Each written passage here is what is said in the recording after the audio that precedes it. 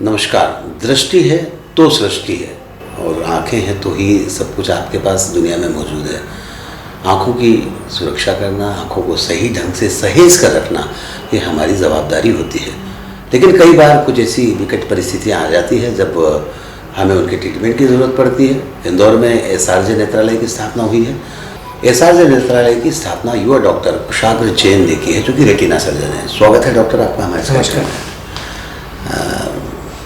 काफ़ी युवा हो आप, और आँखों का मसला ऐसा होता है कि पहले ऐसा माना जाता था कि डॉक्टर जितना उसमें फाइन होगा या उतनी एज ज़्यादा होगी, उतना एक्सपीरियंस ज़्यादा होगा, तो उसका परफेक्शन उतना आता है। लेकिन टेक्नोलॉजी ने सब कुछ बदल दिया। क्या कहते हो आप? बिल्कुल सही है। टेक्नोलॉजी आँख की बीमारियों में स्पेशली टेक्नोलॉजी ने बहुत चीज़ें बदल दी हैं। आजकल जो नए उपकरण आ रहे हैं डायग्नोस्टिक्स में, वो बहुत ज़्यादा एडवांस्ड हैं और हर 2-3 साल में नई मशीनें आ जाती हैं नई टेक्नोलॉजी के साथ। सो अभी जो नई पीढ़ी आ रही है डॉक्टर्स की, वो इन सब टेक्नोलॉजीज़ में काम करते हुए सुपर स्पेशलिस्ट आई हॉस्पिटल्स में काम करके इन मशीनों को सीख के आ रहे हैं।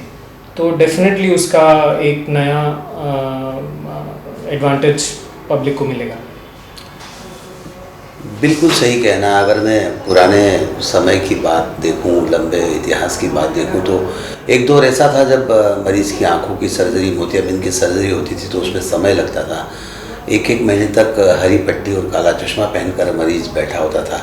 लेकिन तकनीक ने सब बदलाव ला दिए हैं। तकनीकी ने बहुत सारे सुधार किए हैं। जैसा डॉक्टर जैन कह रहे हैं कि समय के साथ, टेक्नोलॉजी के साथ बहुत बदलाव आए हैं। अगर हम बात करें तो आज कैटरेक्ट की सर्जरी के कितनी देर बाद पेशेंट घर जा पाता है? कैटरेक्ट की सर्जरी में आजकल कैटरेक्ट एक बेसिक ओपीडी सर्जरी, बहुत एक माइनर सर्जरी जैसी हो गई है। पेशेंट सुबह आता है, उसको कुछ देर ड्रॉप्स डाल के बिठाते हैं, इंजेक्शन वगैरह कुछ लगाना नहीं पड़ता। सर्जरी के पहले 5 मिनट पहले ड्रॉप्स डालते हैं। सर्जरी भी 5-7 मिनट में ख़त्म हो जाती है। कई बार तो अगर यंग पेशेंट है, हेल्दी पेशेंट है, तो सर्जरी ट्रॉली से पेशेंट को स्ट्रेचर पे ले जाने की ज़रूरत नहीं पड़ती। पेशेंट को सीधे ओटी में हम खड़ा कर देते हैं और पेशेंट आराम से चल के बाहर वार्ड तक जाता है। 15-20 मिनट, आधा घंटा हो गया। अगर पेशेंट कंफर्टेबल है तो हम उसको घर भेज देते हैं। उसके बाद अगर कोई एल्डरली पेशेंट है तो थोड़ी देर और रोक लेते हैं जब तक पेशेंट कंफर्टेबल हो जाए, उसके बाद घर भेज देते हैं। रिकवरी टाइम की बात करें कि रूटीन उसका कब से शुरू हो जाता है? रूटीन, बेसिक रूटीन जो रहता है वो तो घर जाते से उनको कोई ज़्यादा प्रिकॉशंस लेने नहीं होते। आजकल कुछ बेसिक प्रिकॉशंस होते हैं। आँख में धूल, पानी वगैरह कम जाना चाहिए ताकि इन्फेक्शन के चांसेस नहीं हो। उसके अलावा कोई प्रिकॉशंस नहीं होते। खाने में कोई परहेज़ नहीं होता। लोग टीवी देखने का सोचते हैं कि टीवी नहीं देखना है, ऐसा भी कुछ नहीं है। टीवी देख सकते हैं, हाँ, लंबे समय तक ऐसे नहीं 3-4 घंटे देख रहे हैं क्योंकि आँख पे स्ट्रेन पड़ता है। बट सिर्फ पानी, धूल, धुआं आँख में नहीं जाना चाहिए। उसके अलावा कोई परहेज़ ज़्यादा नहीं होता। ये भी कुछ 3-4-5 दिन के लिए परहेज़ होता है, उसके बाद एकदम रूटीन लाइफ है। कैटरेक्ट की सर्जरी में आमतौर पर डॉक्टर चीरा जो लगाया जाता है वो अलग अलग लेंसेज के हिसाब से लगाया जाता है, ऐसा जो सुनने में आता है हम लोगों को। तो उसको लेकर क्या कहते हैं? फोल्डेबल, नॉन फोल्डेबल लेंस, और वो टेक्नोलॉजी आपके पास कौन कौन सी अवेलेबल है?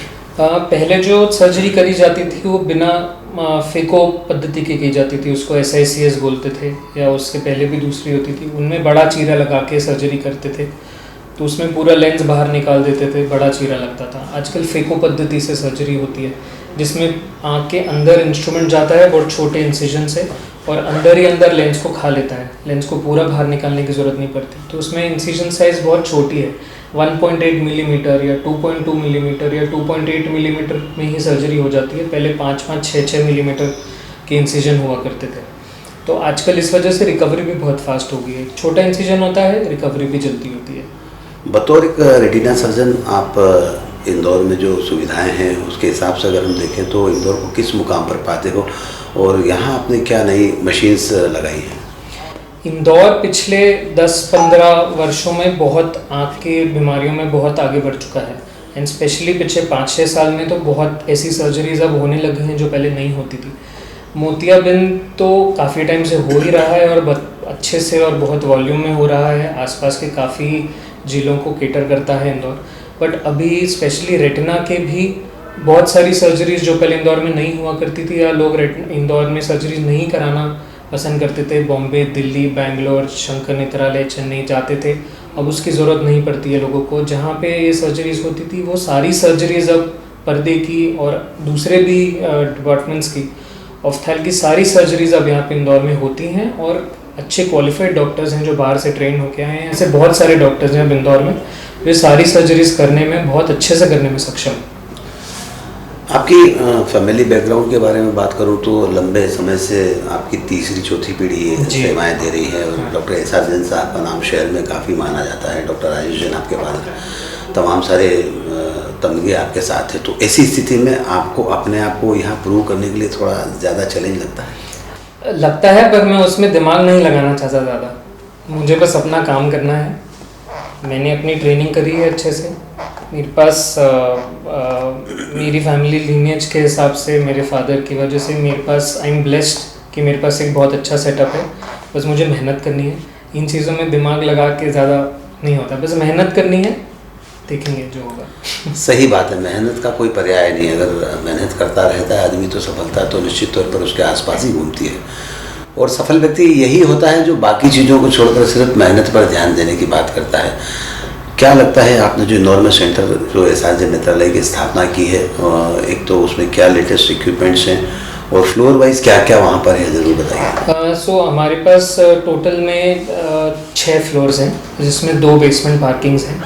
उसके बाद हमारे पास 2 ओपीडी फ्लोर्स हैं जिसमें हमारे पास 10 से 12 ओपीडी चेम्बर्स हैं जिसमें अलग अलग स्पेशलिटी के डॉक्टर्स एक टाइम पे बैठेंगे, जिसमें कैटरैक्ट, रेटिना, ग्लोकोमा, पीडियाट्रिक ऑफ्थेल या स्क्विंट या भेंगापन जैसे बोलते हैं। उसके बाद यूवियाइटिस, एक रेटिनोपैथी ऑफ प्रीमेच्योरिटी होता है जो प्रीमेच्योर बच्चों में होता है। ये सारी बीमारियों के लिए अलग अलग स्पेशलिस्ट डॉक्टर्स हैं। ऐसे 10 से 12 कंसल्टिंग चेम्बर्स हैं। उसके अलावा हमारे पास डायग्नोस्टिक्स में पर्दे की 3-4 डायग्नोस्टिक इक्विपमेंट हैं जिसमें रेटिना का ओसीटी स्कैन होता है, जो सीटी स्कैन होता है, उसमें आँख का कॉर्निया का सीटी स्कैन, रेटिना का सीटी स्कैन, ग्लोकोमा जो काला मोतिया बोलते हैं उसमें सीटी स्कैन होता है। उसके बाद विजुअल फील्ड एनालिसिस की एक मशीन होती है, वो है। उसके बाद हमारे पास फंडस जो रेटिना की इमेजेस क्लिक करने के लिए फोटोग्राफी के लिए मशीन है, कैटरैक्ट की फ़ोटोग्राफी के लिए मशीन है। उसके बाद अल्ट्रासाउंड की मशीन है जो पर्दे का अल्ट्रासाउंड करते हैं। ये तो हमारे पास डायग्नोस्टिक मशीन्स हैं। उसके बाद बात करें तो सर्जिकल की, तो उसमें हमारी कैटरैक्ट की जो फेको और विट्रेक्टमी जो पर्दे की सर्जरी होती है उसके लिए जो लेटेस्ट मशीन्स हैं वो हैं।